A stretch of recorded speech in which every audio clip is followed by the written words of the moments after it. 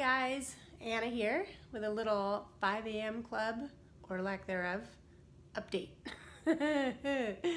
So it's week 2, and so far I am still failing to be part of the 5 a.m. club.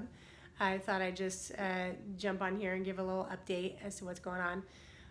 Some of you emailed me or messaged me saying that you were inspired to try it because of my video. That's so awesome. Go you, dude. It's rad. So whether or not I actually make it, please don't let that stop you from going for it yourself.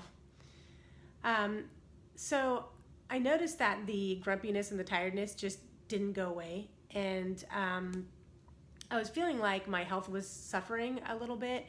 And it made me kind of go back to the drawing board and go, okay, why did I create this goal? What is it about? What's the goal really? Is it really to get up at 5 a.m.? Or is it the other stuff that I mentioned, like in the first video, which is to have enough space and time in the morning to do my personal practices and to live life to the fullest? Those things are not necessarily part and parcel and have to be at 5 a.m. Especially if my health is beginning to feel like it's jeopardized. I didn't realize how important 8 hours of sleep is until I wasn't getting 8 hours of sleep. Another problem is that I, for whatever reason, I've been having this sleep pattern where it's fairly common for me to wake up at anywhere from 1 a.m. to 3 a.m. and then kind of be awake for a little while. And usually it's not more than 15 minutes, but sometimes, like I had a nightmare a couple nights ago at 3 a.m.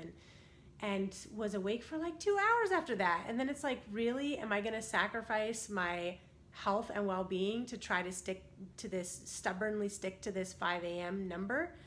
And ultimately, when I ask myself what's most important, my health is way more important. As much as it stings to feel like, oh God, I'm failing, and what are people gonna think, and all that stuff that goes through you when you're up against the wall and you're trying to get somewhere that for whatever reason doesn't seem like you're getting there. Granted, it's only been 2 weeks. However, it really obviously got me thinking about what's the goal? Are there any other ways that I can get to that goal besides getting up at 5 a.m.? Is there another way to approach trying to get to 5 a.m. that is different than the cold turkey way that I was getting to? And so I did some more research, read some more articles, whatnot, and so I kind of scaled back and I was like, okay, I'm gonna try 5:45 a.m. And that's working a lot better. So usually the last maybe 3 or 4 days, I've been getting up between 5:45 and 6:30 a.m. with the exception of Sunday, which was yesterday. I let myself sleep in, because part of living life to the fullest is letting yourself freaking luxuriate a little once in a while, okay? So Sunday morning, I was like, you know what? I am sleeping in and I'm gonna enjoy it. So I did that. It was awesome. But then in looking at what's the goal really, are there any other ways that I can get to that goal? I started to kind of take stock of the last couple weeks. What have I done? How has it looked? Have I been getting my work done? How many times have I done my morning practice as I would like to do it? And as it turns out, I've actually accomplished my goal, my real goal, way more than I expected to. So it makes me realize that the why of the goal, the meat of the goal, which is to live life to the fullest and have more time for my business, all those things, is way more important than how you get to that goal.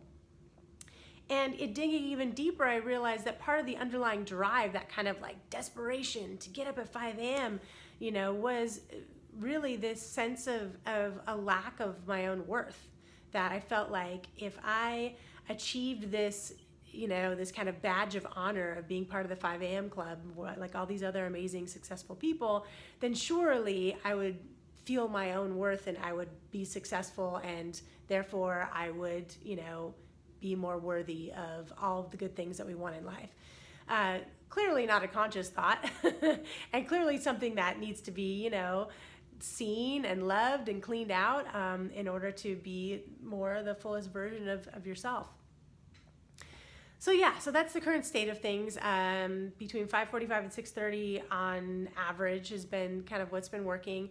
And you know what? I'm doing all the stuff that I set out to do. So I'm just gonna sit with the feelings of of failure that come up as a result of me kind of starting to assess that maybe the 5 a.m. thing is not realistic to me.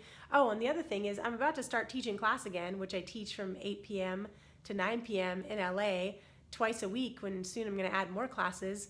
Sometimes I'm not in bed until like 10:30, and there I go sacrificing my sleep again. You know, and it's not worth it. It is not worth it. There are way more paths to any one particular goal than one way. No matter how many amazing and inspiring people say, that is the way, get up at 5 a.m. and you'll be successful and amazing like me. Biggest takeaway is to be able to discern the difference between being committed to a goal and being attached to an idea of how you're going to get to that goal. And that's so crucial. You know, I think we do that in a lot of areas in life. I know that I do. So if you're anywhere in your life trying to get to a big goal and it's like becoming unhealthy and you're feeling taxed to the point of, you know, stress not being good for you, maybe sit down, take a minute, take a few breaths, really dissect, okay, why do I want to achieve this goal? Are there any other ways it could be healthy and serve me better to get to this goal? Why am I attached to this one way that this is supposed to look like? And is there a way that I can let that go? Is there a way that I can find the, you know, embrace, not even find, but embrace the humility that it will require of me to publicly let go of a goal that seemed like you're just going to be the super badass if you got to it? You know, in short, take a breath, take a moment, dive in, ask yourself the important questions, and be willing to follow the advice of your internal self, because you know, the inside of you always knows. You just have to be willing to listen. All right, that's my update for now. And wherever you are, whatever you're doing, I hope you're feeling loved and that you're on track and that you're doing great and that we're all going to survive the next 4 years and we're going to do it together. Till next time.